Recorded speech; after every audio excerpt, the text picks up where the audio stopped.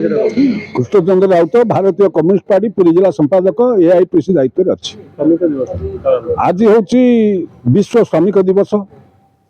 1886 मसीह 12 घंटा श्रम विरुद्ध 8 घंटा श्रम दाबी करी साम्राज्यवादी अमेरिका चिकागो सहर में श्रमिक मैंने एकाठी होते सेदिन आवाज उठे आम 12 घंटा श्रम करूँ आमको 8 घंटा श्रम अधिकार दि जाऊ। साम्राज्यवादी षड्यंत्रकारी सरकार सेदिन श्रमिक मान गुली चलते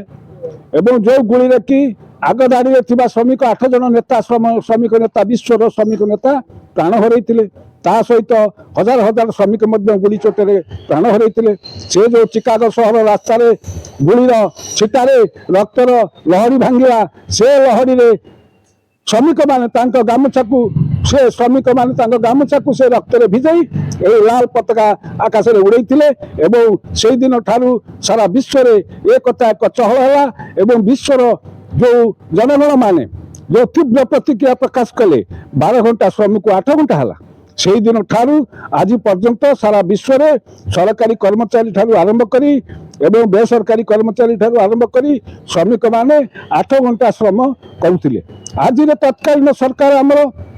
44टा श्रम कोड को बातिल करी श्रमिक मान अधिकार को क्षुण्ण करी संकुचित करी एवं 4टा श्रम कोड आनी जो तरह कि आज श्रमिक शोषित हम विदूषित हम श्रमिक अर्थनैतिक भाव तार मानसिक दुर्बल हम से योजना करी आज 8 घंटा श्रम को 10 घंटा आईन करा महिला माने से भाव में महिला माने रात्रिकालीन कार्य करेंगे ये हूँ गोटे अभिनव उपाय षड्यंत्र जो तरह कि साम्राज्यवादी पूंजीवादी व्यवस्था को गरीब जनगण को ऊपर लदिबार प्रयास आम कहवा चाहूँ जे जो श्रम कोड आईन सरकार आनी 4टा श्रम कोड बातिल करूँ 8 घंटा बदल जो 10 घंटा कर 10 घंटा नहीं आज आवश्यकता पड़े कंप्यूटर जुगे वैज्ञानिक प्रणाली आधुनिक जुगे जो बेकार युवक 30 कोटी आज भारत वर्ष 30 कोटी बेकार हार चित्कार कर 8 घंटा श्रमटा को 5 घंटा कर दि जाऊ ताहले अधिक युवक नियुक्ति पाइबे अधिक लोक सुविधा पाइबे कि मुष्टिपेय लोक समस्त देशर संपत्ति को लुटी कर खाइबा आ चलिबे ना। तेणु आज सरकार जदि प्रकृत में जो छलना कर श्रमिक कांदुंट 5 घंटा श्रम करूँ महिला मान रात्रिकालीन जो कार्य दक्षता को कमे दिंतु कारण आज दिन दीपर महिला मान जो अकथनीय अत्याचार होता विश्व निंदनीय विश्व दरबार में आज भारत वर्ष महिला जो अत्याचार सारा विश्व में भारत हूँ 1 नंबर। तेणु आम आज श्रमिक दिवस दाबी करुचु ए सरकार तुरंत ए जो 4टा श्रम कोड कर बातिल कर एवं 8 घंटा को 10 घंटा कर 5 घंटा श्रम दिवस कले ए देशर भाग्य भविष्य बदल युवक माने नियुक्ति पाइबे आनंद उल्लास ए युवक आज तार निजर दक्षता को परिप्रकाश कर मोर वक्तव्य साम करुच्ची। इनकलाब जिंदाबाद। आज श्रमिक दिवस जिंदाबाद। आज श्रमिक दिवस सारा भारत ये पृथ्वी रे